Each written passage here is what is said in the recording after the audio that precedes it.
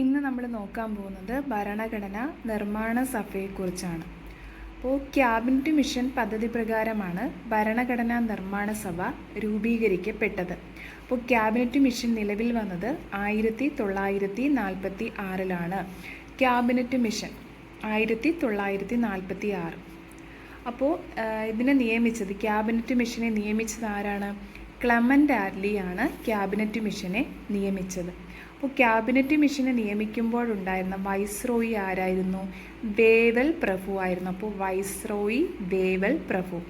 Cabinet മിഷനിലെ അംഗസംഖ്യ ആകെ 3 പേരാണ് ഉണ്ടായിരുന്നത്. ആരൊക്കെയായിരുന്നു? പെത്വിക് ലോറൻസ്, പെത്വിക് ലോറൻസ് ആയിരുന്നു അതിൻ്റെ ചെയർമാൻ, ഇന്ത്യയുടെ state secretary. A.V. Alexander, Stafford Cripps. അപ്പോൾ സ്റ്റഫോർഡ് ക്രിപ്സ് ബോർഡ് ഓഫ് ട്രേഡിൻ്റെ പ്രസിഡൻ്റ് ആയിരുന്നു. അപ്പോൾ എന്തൊക്കെയാണ് പറഞ്ഞത്? ക്യാബിനറ്റ് മിഷൻ 1946 നിലവിൽ വന്നത്. ക്യാബിനറ്റ് മിഷനെ നിയമിച്ചത് ക്ലെമൻ്റ് ആറ്റ്ലി ആയിരുന്നു. ക്യാബിനറ്റ് മിഷൻ നിലവിൽ വരുമ്പോഴുണ്ടായിരുന്ന വൈസ്രോയി ആരായിരുന്നു? വേവൽ പ്രഭു ആയിരുന്നു. ക്യാബിനറ്റ് മിഷനിലെ അംഗസംഖ്യ 3 പേരായിരുന്നു. ആരൊക്കെയായിരുന്നു? Pethick Lawrence, A.V. Alexander, Stafford Cripps. ഇതിൽ പെത്വിക് ലോറൻസ് ആയിരുന്നു ക്യാബിനറ്റ് മിഷൻ്റെ ചെയർമാൻ. ഇനി 1946 മാർച്ച് 23 പ്രത്യേകത എന്താണ്? ഈ പറഞ്ഞ ക്യാബിനറ്റ് മിഷൻ കറാച്ചിയിലെത്തി. അപ്പോൾ 1946 മാർച്ച് 23 ക്യാബിനറ്റ് മിഷൻ കറാച്ചിയിലെത്തി. 1946 March 24 cabinet mission ഡൽഹിയിലെത്തി.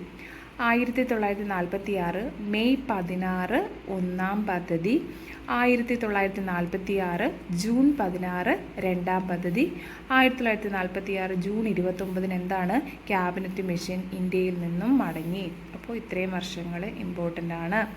March 23 Karachi, March 24 Delhi, May 16 ഒന്നാം പദ്ധതി, ജൂൺ 16 ഒന്നാം പദ്ധതിയും രണ്ടാം പദ്ധതിയും ഇമ്പോർട്ടൻ്റ് ആണ്.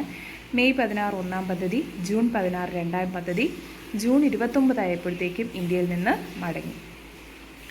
ഇനി ഒന്നാം പദ്ധതി പറയുന്നത് ഏകീകരിക്കപ്പെട്ട ഇന്ത്യക്ക് പുത്രികാ രാജ്യ പദവിയും സ്വാതന്ത്ര്യവും നൽകണം. രണ്ടാമത്തെ എന്താണ്? എല്ലാ വിഭാഗക്കാർക്കും തുല്യ പരിഗണന നൽകിക്കൊണ്ടുള്ള ഒരു ഇടക്കാല ഗവൺമെൻറ് രൂപീകരിക്കണം. അപ്പോൾ ഈ 2 കാര്യങ്ങൾ ആവശ്യപ്പെടുന്ന പദ്ധതിയായിരുന്നു ഒന്നാം പദ്ധതി. ഇനി രണ്ടാം പദ്ധതിയിൽ എന്താണ് പറയുന്നത്? ഹിന്ദു ഭൂരിപക്ഷമുള്ള ഇന്ത്യയെന്നും മുസ്ലിം ഭൂരിപക്ഷമുള്ള ഇന്ത്യയെന്നും വിഭജിക്കും.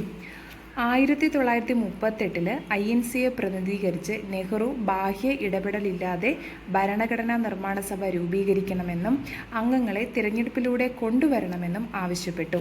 അപ്പോൾ ഇങ്ങനെ ആവശ്യപ്പെട്ട INC സമ്മേളനം ഏതായിരുന്നു? 1938 INC സമ്മേളനം. ഈ ആവശ്യം അംഗീകരിച്ചത് 2 വർഷം കഴിഞ്ഞിട്ട് 1940 ഓഗസ്റ്റ് ഓഫറിൽ കൂടെയാണ് നെഹ്റു ആവശ്യപ്പെട്ട ഈ തീരുമാനം അംഗീകരിച്ചത്. ഭരണഘടനാ നിർമ്മാണ സഭയുടെ രൂപീകരണത്തിന് കാരണമായിട്ടുള്ള പദ്ധതിയായിരുന്നു ക്യാബിനറ്റ് മിഷൻ. അപ്പോൾ ഭരണഘടനാ നിർമ്മാണ സഭ രൂപീകരിക്കാൻ കാരണമായിട്ടുള്ള പദ്ധതിയായിരുന്നു ഏത്? Cabinet mission. അപ്പോൾ ക്യാബിനറ്റ് മിഷൻ പദ്ധതി പ്രകാരമാണ് ഭരണഘടനാ നിർമ്മാണ സഭ രൂപീകരിച്ചത്. ഇനി ഭരണഘടനാ നിർമ്മാണ സഭയുടെ ഘടന. തുടക്കത്തിലെ അംഗസംഖ്യ എന്ന് പറയുന്നത് 389 ആയിരുന്നു. ഗവർണർമാരുടെ പ്രൊവിൻസസിൽ നിന്നും 292, നാട്ടുരാജ്യങ്ങളിൽ 93, ചീഫ് കമ്മീഷണേഴ്സ് പ്രൊവിൻസിൽ നിന്നും 4 പേര്. അത് ഏതായിരുന്നു? അജ്മീർ, മേർവാർ, കൂർഗ്, ബ്രിട്ടീഷ്, ബലൂചിസ്ഥാൻ, ഡൽഹി. ഇതിൽ നിന്ന് തിരഞ്ഞെടുക്കപ്പെട്ടവർ 296, നോമിനേറ്റ് ചെയ്തവർ 93 ഇനി ഭരണഘടനാ നിർമ്മാണ സഭ രൂപീകരണ സവിശേഷതകൾ. ജനസംഖ്യ അനുസരിച്ചായിരുന്നു ഇതിൽ സീറ്റുകൾ അനുവദിച്ചിരുന്നത്. അപ്പോൾ ജനസംഖ്യ അനുസരിച്ചായിരുന്നു ഇതിൽ സീറ്റുകൾ അനുവദിച്ചിരുന്നത്. ബ്രിട്ടീഷ് പ്രൊവിൻസസിൽ 3 വിഭാഗക്കാർക്ക് സീറ്റ് എന്ത് ചെയ്തു? അലോട്ട് ചെയ്തു. ഏതാണ് ആ 3 വിഭാഗക്കാർ? മുസ്ലിം, സിഖ്, മറ്റു പൊതുവിഭാഗം. നാട്ടുരാജ്യങ്ങളിൽ പ്രതിനിധികളെ അവിടുത്തെ ഭരണാധികാരികളായിരുന്നു നാമനിർദ്ദേശം ചെയ്തിരുന്നത്. ഇനി ഒരു വിഭാഗം അംഗങ്ങൾ തിരഞ്ഞെടുക്കപ്പെട്ടവരും മറ്റൊരു വിഭാഗം അംഗങ്ങൾ എന്താണ്? നോമിനേറ്റ് ചെയ്യപ്പെട്ടവരുമാണ്. അപ്പോൾ ഇനി ഇതിൽ പാകിസ്ഥാൻ പിന്മാറിയപ്പോഴുള്ള ഘടന എങ്ങനെയായിരുന്നു? തുടക്കത്തിൽ 1389, തുടക്കത്തിലെ അംഗസംഖ്യ 389 ഇവിടെ. പാകിസ്ഥാൻ പിന്മാറിയപ്പോൾ എത്രയായി? അംഗസംഖ്യ 299 അതിൽ തിരഞ്ഞെടുക്കപ്പെട്ടവർ 229, നോമിനേറ്റഡ് 70, വനിതകൾ 15. അപ്പോൾ ഇതിൽ അംഗത്വം കൂടിയ പാർട്ടി ഏതെന്ന് ചോദിച്ചാൽ INC ആണ്. അംഗത്വം കൂടിയ കമ്മ്യൂണിറ്റി ചോദിച്ചാൽ അത് ഹിന്ദു കമ്മ്യൂണിറ്റിയാണ്. തിരഞ്ഞെടുക്കപ്പെട്ടവർ ഏതൊക്കെ? UP, മദ്രാസ്, ബീഹാർ. നാട്ടുരാജ്യങ്ങൾ മൈസൂർ, തിരുവിതാംകൂർ.